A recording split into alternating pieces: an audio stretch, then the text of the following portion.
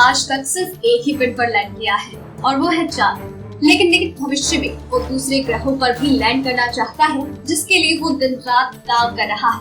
मंगल ग्रह पे तो वो लैंड कर सकता है, पर क्या वो शुक्र ग्रह पर भी उतर सकता है?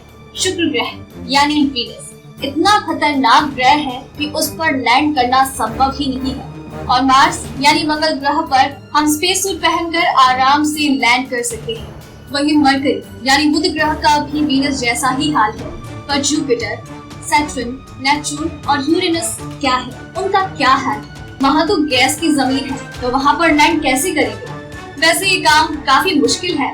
तो सोचो, अगर हम सूरज पर लैंड करने की कोशिश करें तो क्या होगा? नासा को सूरज इतना पसंद आ गया है कि वो बार बार सूरज पर प्रोब भेज रहा है। साल 2018 में नासा ने पार्कर सोलर प्रोब सूरज के लिए रवाना किया, जो सूरज के सबसे पास से गुजरने वाला यान बना।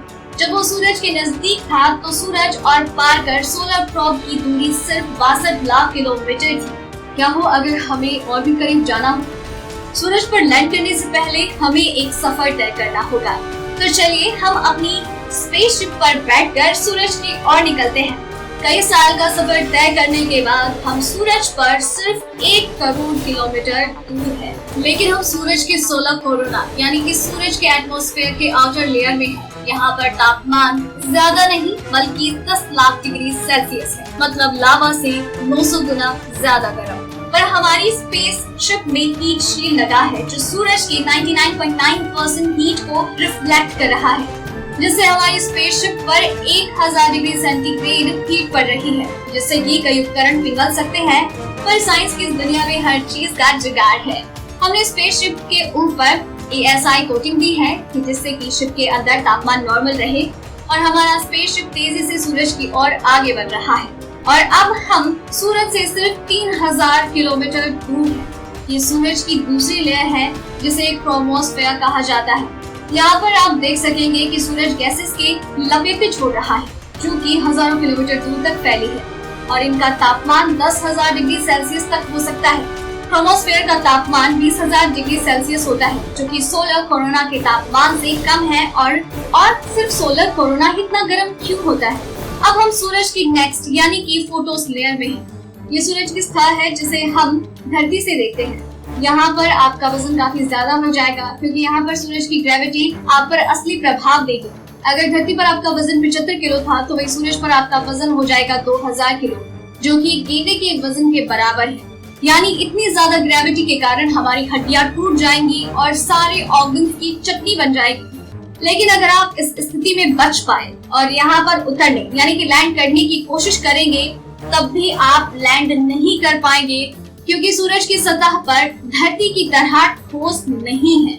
यह हाइड्रोजन और हीलियम से बना एक विशाल गोला है, जिसकी वजह से धरती पर जीवन पनपता है। फोटोस्फेयर यानी कि सूरज की सतह पर लैंड करने के चक्कर में आप उसके अंदर घुस जाएंगे, मतलब आप सूरज के अंदर होंगे।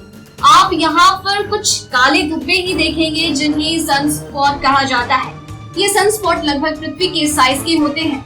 ये स्पॉट्स सूरज के अंदर से निकल रही पावर फुल मैग्नेटिक फील्ड से जनरेट हो रहे हैं। और जब सनस्पॉट बनता है तो समझ लीजिएगा कि यहाँ से सोलर फ्लेयर निकलने वाला है। सोलर फ्लेयर 10 अरब हाइड्रोजन बम गिरने जितनी एनर्जी एक बार में प्रोड्यूस करता है। सूरज की सतह के अंदर जाते ही आप कॉन्वेक्शन जोन में होंगे, जहाँ पर तापमान 20 लाख डिग्री सेल्सियस होगा और यहाँ पर आपकी हीट शीट भी काम नहीं करेगी, क्योंकि ज्यादातर हीट को रिफ्लेक्ट करने के बाद हीट शील्ड का तापमान 4000 डिग्री सेल्सियस से ज्यादा होगा।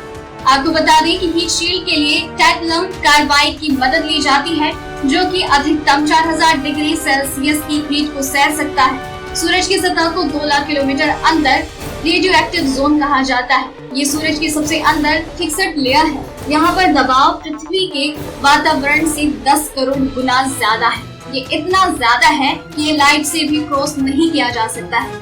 सतह के 5 लाख किलोमीटर अंदर जाने के बाद आप सूरज के सेंटर से 6,96,000 किलोमीटर दूर होंगे और यहाँ पर प्रेशर धरती के दबाव से 200 अरब गुना ज्यादा होगा।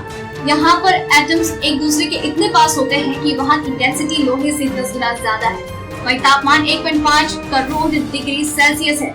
उसके बाद हम पहुँचेंगे सूरज के सेंटर पर, जहाँ पर हर चीज का मास 0 हो जाएगा और सब खत्म हो जाएगा। तो दोस्तों कैसा लगा हमारा सूरज के बारे में ये बड़ा ही सटीक अंदाजा। वीडियो को पूरा देखने के लिए आपका बहुत बहुत धन्यवाद।